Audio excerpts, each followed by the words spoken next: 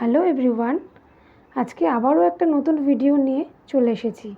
আজকে দেখাবো West container আমরা ফেলে না দিয়ে কিভাবে রিইউজ করতে পারি।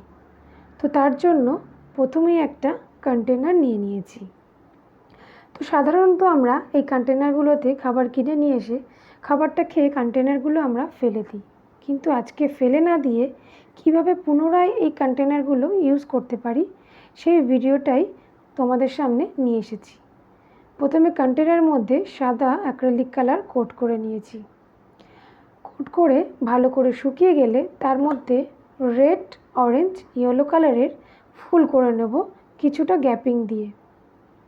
তার মধ্যে অরেঞ্জ কালারের আর রেড কালারের মধ্যে হলুদ কালারের ডট দেব এবং হলুদের মধ্যে রেড কালারের ডট দিয়ে নেব, তাহলে ফুলগুলোকে অনেক বেশি সুন্দর লাগবে।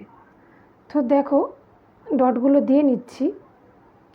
সম্পূর্ণ ফুলগুলো আমার প্রায় হয়েই এসেছে। তো এগুলো একটু ভালো করে শুকিয়ে নেব। শুকিয়ে গেলে তারপরে এর মধ্যে ছোট ছোট ডাল করে নেব।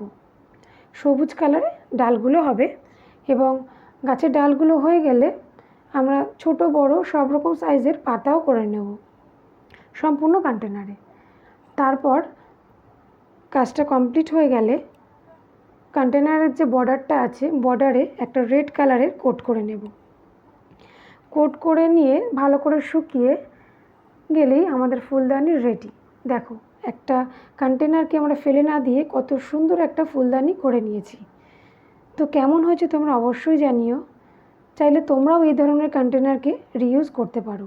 ভালো লাগলে অবশ্যই লাইক, কমেন্ট, শেয়ার করে দিও।